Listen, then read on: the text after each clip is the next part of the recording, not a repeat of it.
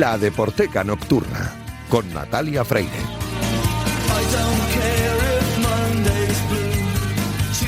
Bienvenidos, bienvenidas a La Deporteca Nocturna, el programa de Radio Marca en el que demostramos que el deporte es y genera cultura. Os recuerdo que tenéis un correo electrónico, ladeporteca@gmail.com, donde podéis comentar y sugerir todo lo que queráis. Y este programa ni ningún otro serían posibles sin los técnicos. Así que muchas gracias a los que me ayudan cada día y esta noche muy especialmente a Daniel López Cantador, que ya está haciendo que todo suene a la perfección. Hoy es segundo programa de mes y por eso es el turno de Juego Sucio, Crímenes en el Deporte con Lourdes Esparza. Pero antes, como siempre, himno titular con Julio Ruiz. Arrancamos ya.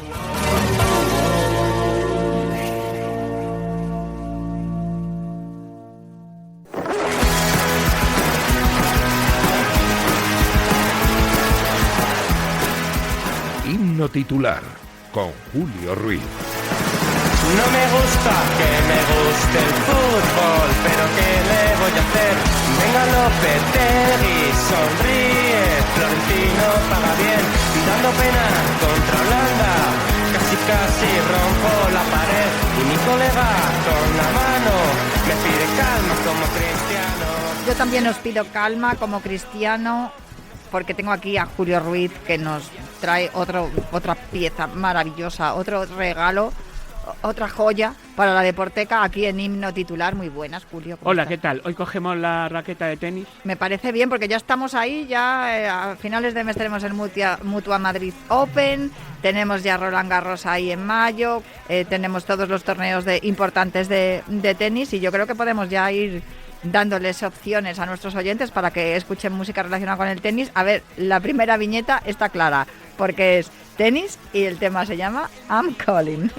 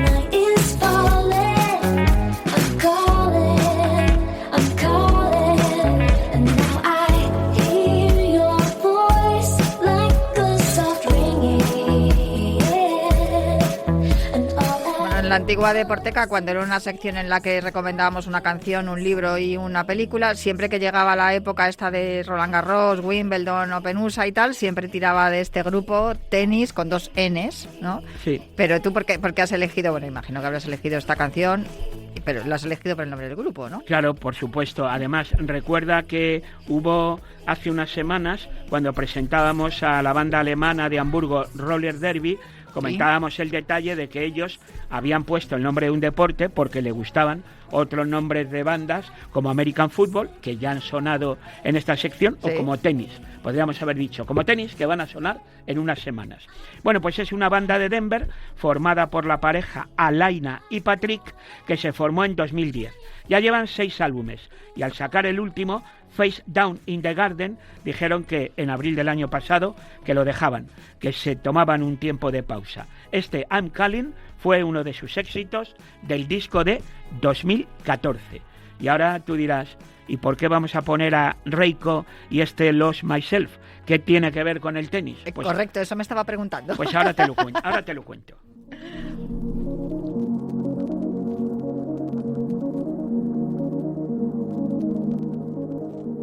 I don't seem to recall how I got here. Puzzle pieces are lost in my memory. It's a psychological tunnel, metaphoric bubble, covering silver and gold.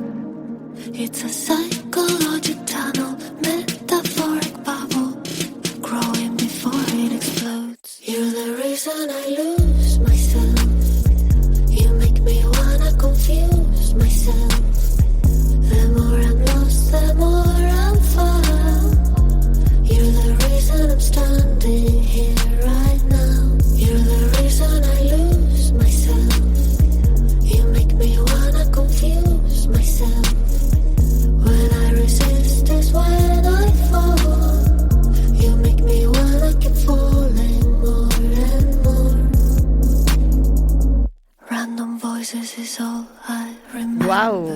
Julio.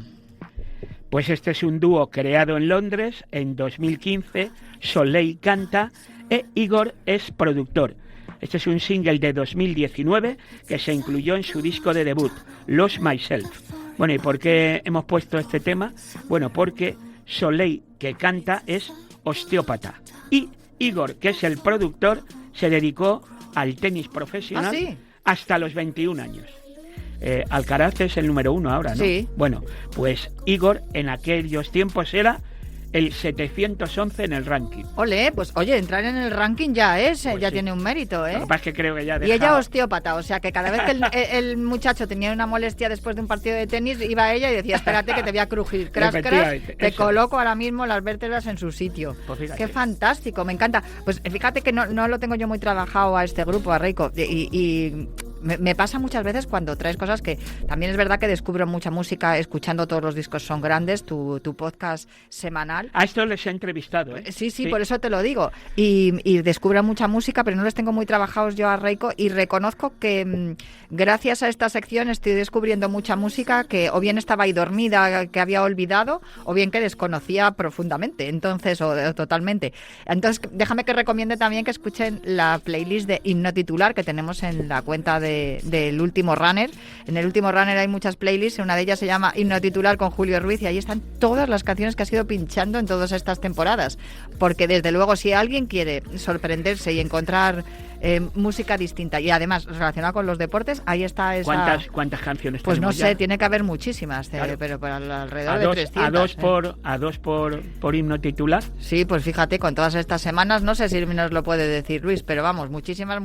En cualquier caso, es una lista para descubrir música. 300, lo que te he dicho yo, 300 canciones. Uf, eso 300 tenemos para 30 álbumes. Sí, desde luego. Y además repetidas yo creo que no hay ninguna. Podríamos o sea sacar que, una colección de discos. desde luego, Himno Venga. Titular con Julio Ruiz y todas estas Himno canciones Titular 1, seleccionadas. Himno Titular 2. Sí, varios recopilatorios, que me molan a mí los recopilatorios, por eso les recomiendo esta lista. Porque Himno hay Titular con un Julio poco de Ruiz. cada cosa, claro. Sí, hay un poco de todo y todo relacionado con el deporte, o sea, de verdad, un auténtico regalo. Aunque cada dos intentamos buscar un nexo de unión, pero a lo mejor no tiene nada que ver un tema popero con un tema rockero. Sí. O un tema... Y hemos escuchado de todo tipo de estilos. Todo tipo. Sí. Bueno, pues me voy a quedar con este Lose Myself, con el tenista de Reiko y la osteópata de Reiko, porque me ha encantado. Y además a estas horas de la noche, bueno, igual lo estáis escuchando por la mañana temprano, pero esta música me flipa ahora mismo en estas horas.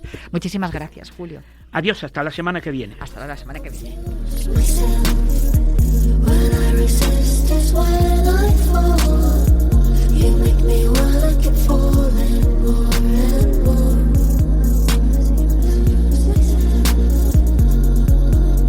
Confuse myself.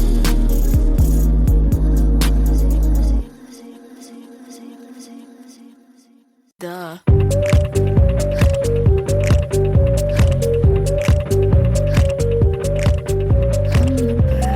Juego sucio. Crímenes en el deporte por Lourdes Esparza. Pues un mes más, el de abril, en que nos toca además un tema, por lo que me ha contado Lourdes, delicado. Muy buenas, Lourdes, ¿cómo estás? Hola, buenas noches. Cuando me has dicho de qué íbamos a hablar hoy, de qué iba hoy el reportaje, me he estremecido un poquito. Es que son estremecedores, como digo al principio, porque hoy vamos a hablar de dos deportistas que, bueno, es verdad que estos deportistas no son las figuras de otros crímenes, estos no han llegado al Olimpo del deporte. Uno de ellos militó en el fútbol turco, llegó a primera, pero su carrera más bien se desarrolló en equipos de otra categoría. Y el otro es un surfero americano que, claro, pues no era muy famoso como surfero, muy famosa su escuela de surf, pero no era un deportista de élite. También es verdad que el surf hasta el 2024 no ha entrado En el programa olímpico. En el programa olímpico, que a lo mejor si hubiera entrado este hombre hubiera acabado ahí, pero no es el caso. Tiene otros componentes que le hacen... pues eso, no ha sido un deportista de élite, pero tiene mucha miga estos crímenes. Más que nada porque los asesinados por estos deportistas son sus hijos. Exactamente. Hasta ahora hemos visto cómo han asesinado normalmente a sus parejas femeninas. También hemos tenido algún caso donde han asesinado a otras personas, pero en este caso los asesinatos han sido a sus hijos, lo que se llama filicidio. Ujú. Y sí, pues son casos muy tristes que, pues no sé si te parece, lo escuchamos Claro y que luego sí. lo comentamos un poquito más. Pues vamos a escuchar el reportaje de Lourdes Esparza, Juego sucio, crímenes en el deporte.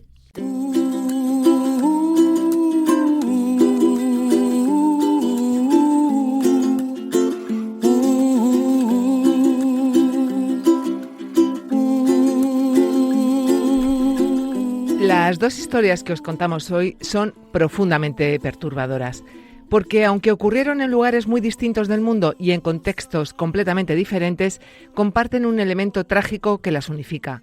Se trata de padres que asesinaron fríamente a sus hijos. En este caso, dos deportistas, un jugador de fútbol profesional y un surfero muy conocido en California. Estos crímenes, a los que se llama filicidio, son los más difíciles de comprender. El asesinato de un hijo a manos de su propio padre o su propia madre, porque rompe la ley natural que dice que los padres tienen que proteger a los hijos.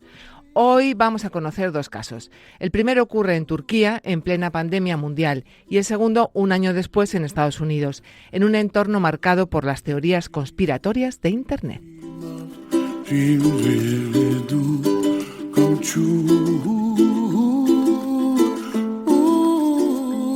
Nuestro primer protagonista es Sever Toktas, un futbolista profesional nacido el 13 de septiembre de 1987 en Malatya, en Turquía. Jugaba como defensa central, no fue una estrella mediática ni un nombre habitual en las portadas deportivas, pero sí logró algo que millones de niños sueñan desde pequeños, llegar a la élite del fútbol. Durante la temporada 2008-2009 defendió la camiseta del Hacettepe-Spor Kulübü en la Superliga turca. No era uno de los grandes clubes del país, pero competir en primera división pues ya era un logro enorme. Y con el paso de los años su carrera siguió el camino de muchos futbolistas profesionales que acaban jugando en equipos de diferentes categorías. Finalmente terminó jugando en el Bursa Yıldızspor de la Liga Amateur Regional. Allí pues ya no era una promesa joven, sino un jugador veterano, capitán del equipo y una figura respetada dentro del vestuario.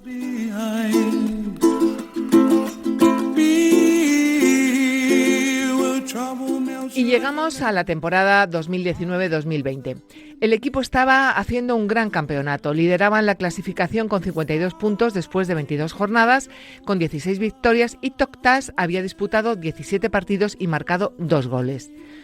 Desde fuera parecía la vida de un futbolista trabajador, discreta, estable, normal. Pero todo cambió en abril de 2020.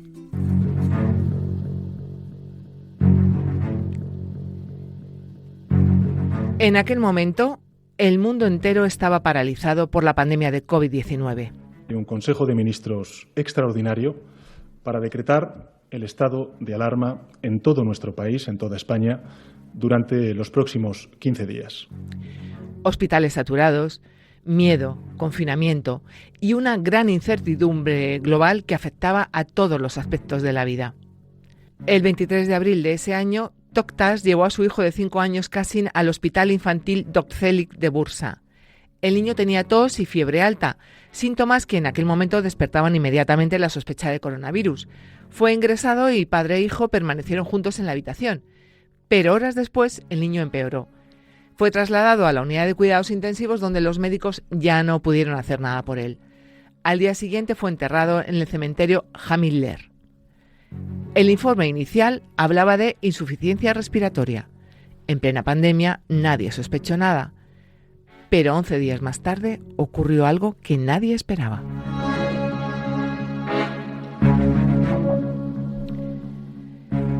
El 4 de mayo, Sever Toktas entró voluntariamente en una comisaría y confesó que había matado a su hijo. Declaró que había tenido una crisis nerviosa y que había presionado una almohada contra su rostro durante unos 15 minutos hasta asfixiarlo y que después llamó a los médicos, quienes pensaron que la muerte había sido consecuencia de la enfermedad. Pero lo más estremecedor de su confesión no fue solo el acto, sino el motivo que dio. Toktas aseguró que no quería a su hijo, que nunca lo había querido desde que nació. También afirmó que no tenía problemas mentales, que no tenía conflictos con su esposa y que simplemente no sentía amor por el niño.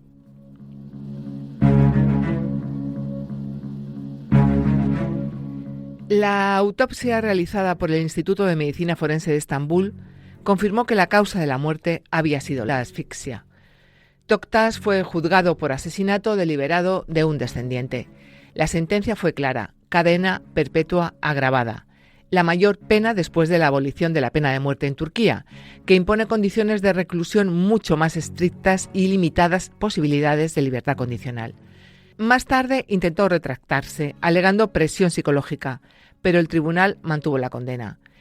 Una historia muy difícil de comprender, pero no es la única.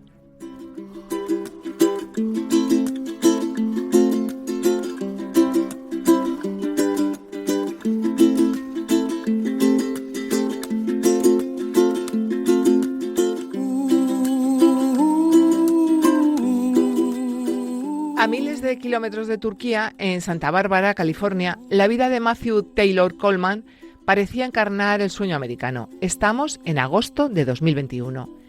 Coleman tenía 40 años y trabajaba como instructor de surf.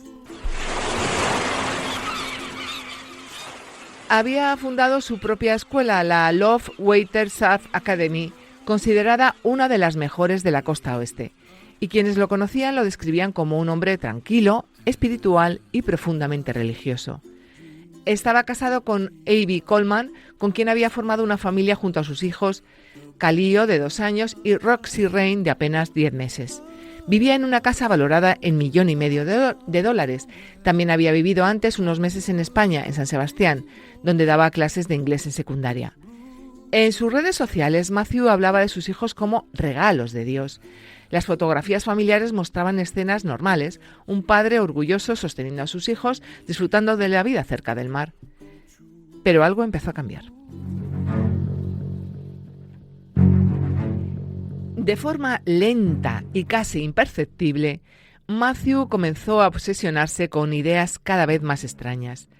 Pasaba horas consumiendo contenido conspiratorio en Internet, especialmente teorías relacionadas con el movimiento QAnon. Vamos a detenernos un poco para explicar qué es QAnon, un movimiento de extrema derecha que sostiene que el mundo está controlado por fuerzas ocultas y entidades que operan en las sombras. Este nombre viene de un misterioso funcionario que se hace llamar Q, y Anon porque es un anónimo que empezó a publicar estas teorías en Internet en 2017 y que lucharía por derribar un Estado profundo, una organización de altos funcionarios del gobierno involucrados en redes de pedófilos que buscaban establecer un nuevo orden mundial. Y solo el presidente de Estados Unidos, Donald Trump, sería capaz de frustrar este plan. Con la crisis sanitaria de COVID-19 y los temores que generó, la teoría estadounidense se afianzó aún más, extendiéndose incluso a Europa. Pero este movimiento es sobre todo estadounidense.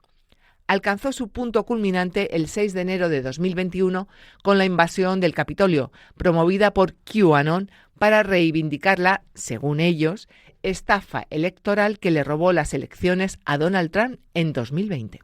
Volvamos a Coleman.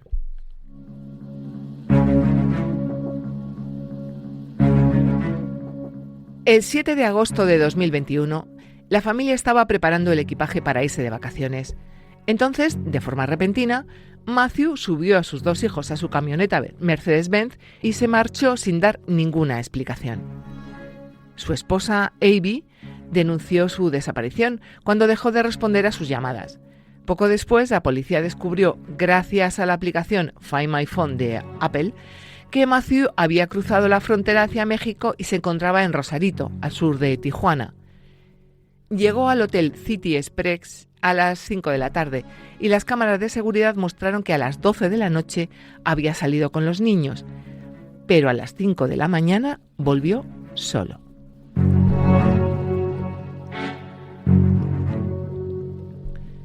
Un día después, en un rancho llamado El Descanso, unos trabajadores encontraron entre los arbustos los cuerpos sin vida de Khalil y Roxy.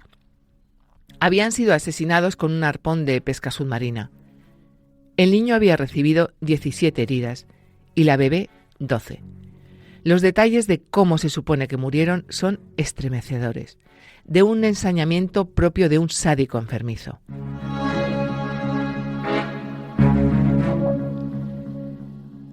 Matthew Coleman fue detenido ese mismo día cuando intentaba regresar a Estados Unidos por el paso fronterizo de San Isidro. Durante el interrogatorio dijo que había recibido señales del grupo QAnon y los Illuminati, de que sus hijos tenían ADN reptiliano heredado de su madre y que había tenido que matarlos para salvar al mundo porque si no, se convertirían en monstruos.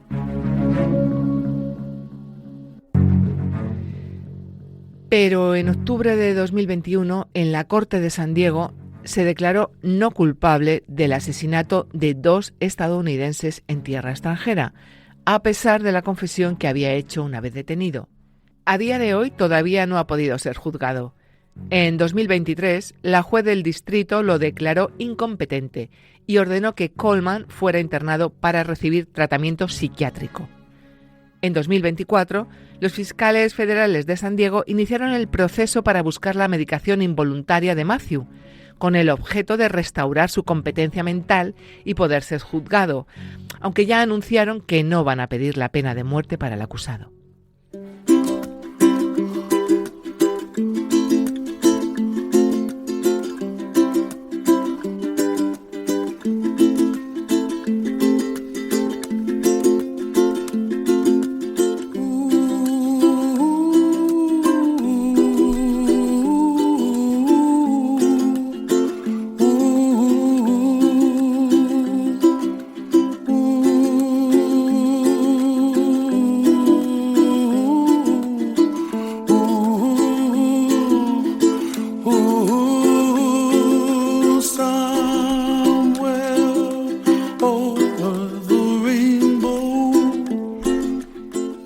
Estas 2 historias ocurrieron en lugares distintos, dentro de culturas diferentes, aunque en los mismos años. Y sin embargo, ambas comparten algo profundamente inquietante. Hablan de padres que dejaron de ver a sus hijos como lo que eran, niños. Uno llegó a decir que nunca lo había querido. El otro terminó creyendo que aquello que tenía delante eran monstruos. 2 caminos distintos que desembocaron en un mismo final: la muerte de quienes dependían por completo de ellos. El filicidio es uno de los crímenes que más desconciertan, porque rompe la idea más básica sobre la que se construyen las familias, la protección. Y nos obliga a preguntarnos qué puede ocurrir en la mente de una persona para cruzar esa línea, qué señales pudieron existir antes y por qué, como en tantas ocasiones, nadie logró verlas a tiempo. Descansen en paz estas almas inocentes, en algún lugar más allá del arco iris. She did too, oh why can't oh, someday I wish upon a star, wake up where the clouds are far behind. Be where trouble melts like a lemon drops, high above the chimney top, that's where find me, oh, somewhere over the rainbow, way up high. Ay, qué pena, que yo creo que de todas las historias de juego sucio que nos has traído aquí a la Deporteca, esta es la que más me ha conmovido, pues sobre todo porque pobres niños inocentes, como dices al final del reportaje, que no tenían culpa de nada y estas 2 personas, estos 2 deportistas que no sabemos, a ver, lo has explicado bien en el reportaje, pero no están claras al final las causas por las cuales deciden matar a sus hijos. Pues no, para nada. Pues de este crimen, estos crímenes, no sé si te acuerdas un día que te vi por aquí y te dijo, Natalia, es que estoy ahí con estos crímenes redactando y me estaba costando mucho porque la verdad es que son historias muy tristes. Claro, es que los niños del surfista, uno de ellos tenía 10 meses. Es que son 10 meses chiquitines. O sea, por favor, los detalles los he obviado porque está clarísimo la reproducción de cómo fue ese asesinato.